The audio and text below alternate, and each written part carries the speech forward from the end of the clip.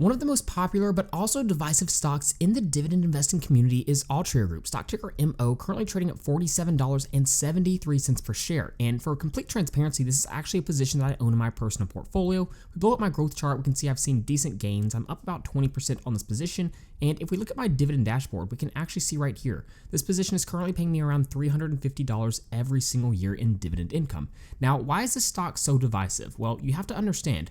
To start off, they pay out massive dividends. We can see the starting dividend yield sitting at 8.21%. So there's a lot of people who love this company for that reason alone. They love seeing those massive dividend payments go in. But then on the other side of things, a lot of people have big concerns that this business model is not sustainable and the big dividend payments are not sustainable. So in this video, we're going to get to the bottom of things with Altria Group. We're going to be looking to see if those big dividend payments are sustainable, looking at some recent news. And then of course, we'll be jumping into my valuation spreadsheets to see if we can calculate the intrinsic value of Altria. And like always, if you'd like to download any of my spreadsheets and also get access to the ticker data add-on in Google Sheets, that allows you to automatically import stock financials straight into your spreadsheet, then you can head over to tickerdata.com at the link in the description. So let's go ahead and start diving in. Now, if we look at Altria over the past year, they've actually done pretty well. They're up by about 4.46%.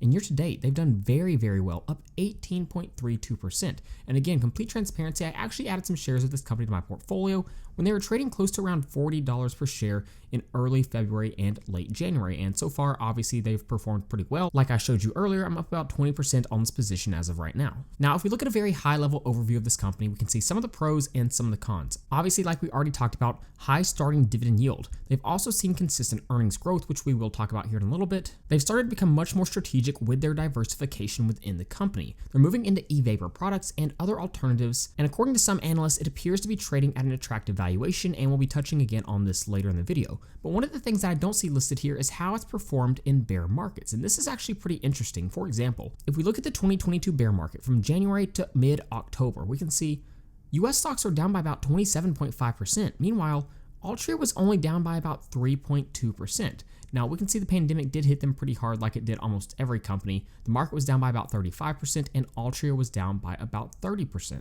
And you can pause the video and look at these other scenarios here, but here's what's interesting. If we look at the median bear market, US stocks down by about 27.5%, while Altria was only down by about 8.9%. So you could potentially argue this could be a hedge against bear markets. Now, on the flip side of things, the cons. Declining cigarette demand. This is a huge concern for the company. In fact, if we look at a graph of the past decade at their smokable product shipments, it's declined pretty significantly, going from around 135,000 all the way down to around 76,000. Again, this is a reason they're trying to diversify their portfolio. Another con is they are facing a lot of regulatory uncertainty. Ongoing regulatory challenges, especially in the e-vapor space, could potentially impact future growth. And then of course, they are operating in a competitive market. So this is a pretty high level overview of Altria Group as of right now. But the big question a lot of people want to answer is, are those large dividend payments sustainable? And this is something I've touched on before, but it's important that you understand this if you're going to analyze Altria Group and consider it as an investment. If we jump over to my dividend breakdown tab, we'll come up here, plug in stock ticker MO, and hit enter. And we can see all this data is going to automatically load in. And like we've already touched on, high starting dividend yield sitting at about 8.21%. So those are pretty big dividend payments. And if we look at the dividend history for this company, it's actually pretty good, especially for a company with a massive starting dividend yield. Keep in mind, this company is a dividend king. That means they've been increasing dividend payments for 50 consecutive years. And for example, we can see in 2013, they're paying out about $1.84 in dividends. And in 2023, it jumped all the way up to $3.84. And as of right now, it's sitting at $3.92. So they have a 10-year dividend CAGR of about 7% and a 5-year of about 3.6%. I'd argue that's really good dividend growth for a company with a massive starting dividend yield.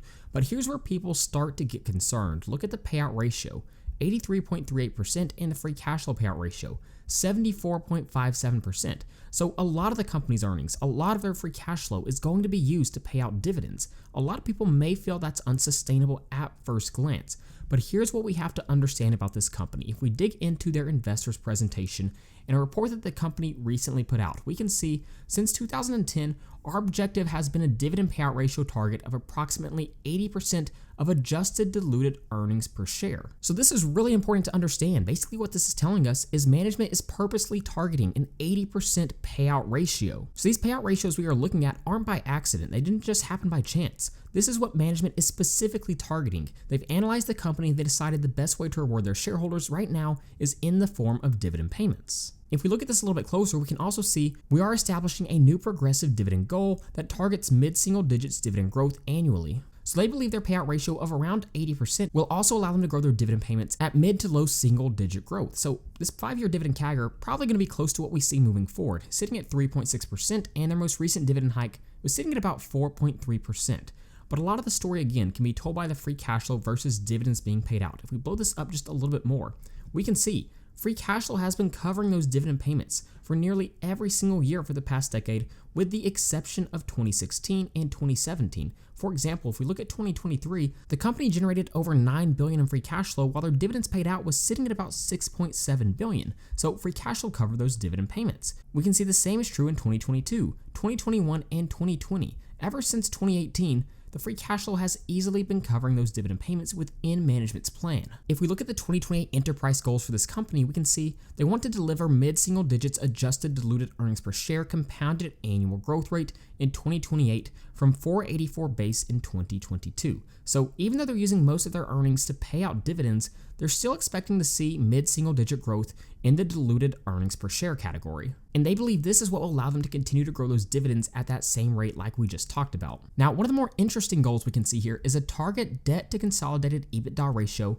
of approximately 2 times. And this is actually something they also talked about in the 2024 Q1 earnings call. They talked about their capital allocation and the focus. Now, obviously, like we've already seen, the big focus is paying out dividends. They paid out approximately $1.7 billion in dividends in the first quarter. But then we can see they started focusing on the debt. They retired $1.1 billion of notes that came due in the first quarter, but then we can see their debt to EBITDA ratio was sitting at 2.1 times as of March 31st, 2024.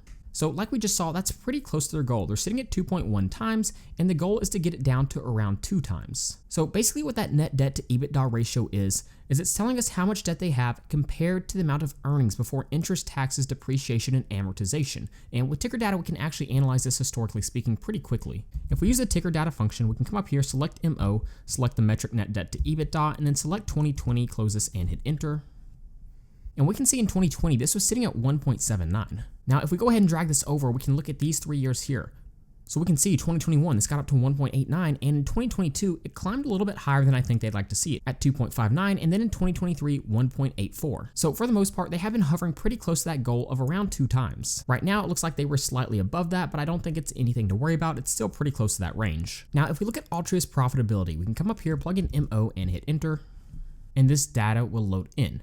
Now, one of the things we can see is revenue has not really been growing at a very high rate over the past decade. In 2013, it's sitting at about $17.6 billion, and in 2023, about $20.5 billion, so pretty slow growth. But if we look at earnings per share, we can actually see it's grown at a much higher rate, going from about $2.26 in 2013 to 2023, $4.57. So the reason behind this is we can see a drastic increase in the gross profit ratio over the past decade, going from around 59.2 now close to around 70%. So big increases in the gross profit ratio. If we jump over to our stock screener, one thing I have to point out about Altria is they have surprisingly very high levels of return on invested capital. And this is something, if you aren't very familiar with the company, you probably wouldn't expect. But if we blow this up, we can see 2023 ROIC sitting at 39.27, 22, 29.3, 2021, 28.3%. So remember, return on invested capital is telling us how profitable the projects that the company is investing to are. And this is going to be a huge driver of long-term growth for the company. So this is a good sign.